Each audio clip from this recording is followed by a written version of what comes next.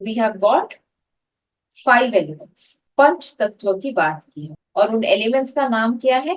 मैं जिस तरीके से लिख रही हूँ आप उस तरीके से लिखने की कोशिश करें। Water, air, fire, earth, space. Clear? लिखा आपने? हमने 5 एलिमेंट्स की बात की, water, air, fire, earth and space. क्या कोई सिग्निफिकेंस है कि मैंने इस तरीके से उन एलिमेंट्स को लिखा?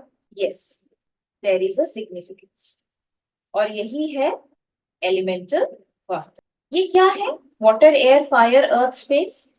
दे आर 5 कंपोनेंट्स और 5 मेंबर्स ऑफ अ फैमिली।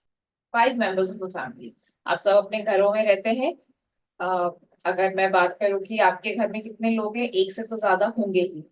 2 लोग हो सकते हैं, 3 लोग हो सकते हैं, 4 हो सकते हैं, 5 हो सकते हैं, इससे ज्यादा भी हो सकता है। तो जो एलिमेंट्स हैं ये एक घर के 5 मेंबर्स। अब आप मुझे एक बात बताइए, अगर एक घर में 5 मेंबर्स रहेंगे तो क्या होगा?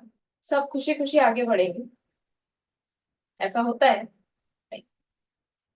There is always a difference of opinion. 5 members हैं, so 5 members will have 5 different opinions. ये 5 एलिमेंट्स है, ये आपके घर में है, आप इनको बाहर नहीं कर सकते। और यही 5 एलिमेंट आपके बॉडी के अंदर भी। जब मैंने बात की 5 तत्व की, पंचभूत की, तो ये हमारे अंदर भी। It is inside our body, it is inside our house. ये रहेंगे साथ। अब इनको सर्कुलर फॉर्म में क्यों लिखा गया? Because they are interconnected. ये एक तरीके से कनेक्टेड है।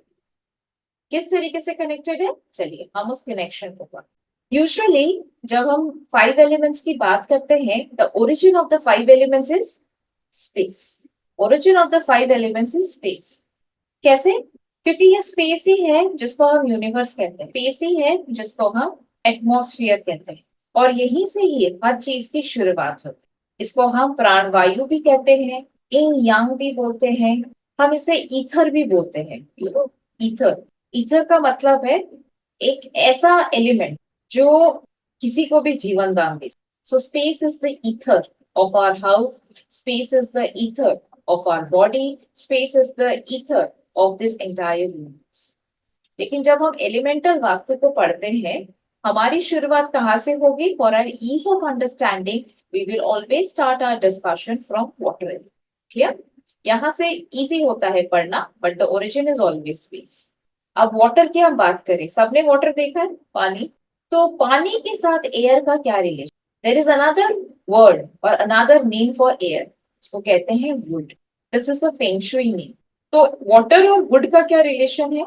If I water the soil, if I water the soil regularly, कोई ना कोई पेड़ पौधा आ जाएगा वहां पे। आ जाएगा, इट्स वेरी नेचुरल। मुझे कोई पौधा लगाने की जरूरत नहीं है। आप किसी भी जंगल में चले जाए या कोई मिट्टी ले ले और उसको आप रोज जल दिया करें, रोज जल दिया करें, तो क्या हो जाएगा? आ जाएगा ना वहां पे, पेड़ पौधे पत्ते आ जाएंगे, वुड आ जाएगा। So water gives rise to air. ठीक है? अब हम एयर की बात करते हैं। एयर हमारा क्या है? प्लांट्स। हम उसे वुड भी बोल सकते हैं, एयर का मतलब प्लांट्स भी हो सकता है। अब जब प्लांट्स बड़े हो जाते हैं, ट्रीज का रूप ले लेते हैं, दे टर्न इनटू ट्रीज। अब ट्रीज से हमें क्या मिलती है? लकड़ियां, वुड। अगर हम उस वुड को जलाएं, बर्न करें, तो क्या होता है? Fire. We have establish relationship between 3 elements. चलिए आगे देखते हैं। फायर आ गया। अब फायर से अर्थ का क्या रिलेशन? पहली बात है, जब फायर बुझ जाता है, कूल डाउन हो जाता है, हमने लकड़ियां जलाई, ठंड का मौसम है, वी आर बर्निंग वुड्स, तो जैसे ही हमने लकड़ियां जला दी, उसके बाद क्या बनता है? एशेस। एशेस होते हैं ना? एशेस क्या होते हैं? अ फॉर्म ऑफ अर्थ, जो कि वही मिट्टी में मिल जाते हैं। ये है फर्स्ट कैटेगरी। सेकेंड कैटेगरी क्या है? We stay on the planet earth. यहाँ पे नेचुरली भी आपको फायर मिलता है। कैसे मिलता है? मान लीजिए एक वॉल्केनिक इरप्शन हुआ है, वॉल्केनिक इरप्शन, वॉल्केनिक इरप्शन से आपको मिलता है लावा। जब वो लावा सेटल डाउन होता है तो वो नए नए माउंटेन्स बनाता है। ब्लैक माउंटेन्स बनते हैं, तो that is also earth element. So fire give rise to earth. समझ आ गया? अब अर्थ से हमें स्पेस कैसे मिली? Now space is the origin. Earth यहाँ पे एंडिंग है और वाटर वहां से बिगिनिंग है। सो अर्थ से हमें स्पेस कैसे मिलता है? Space has got two layers. जब हम एटमॉस्फेयर की बात करते हैं, space has got two layers.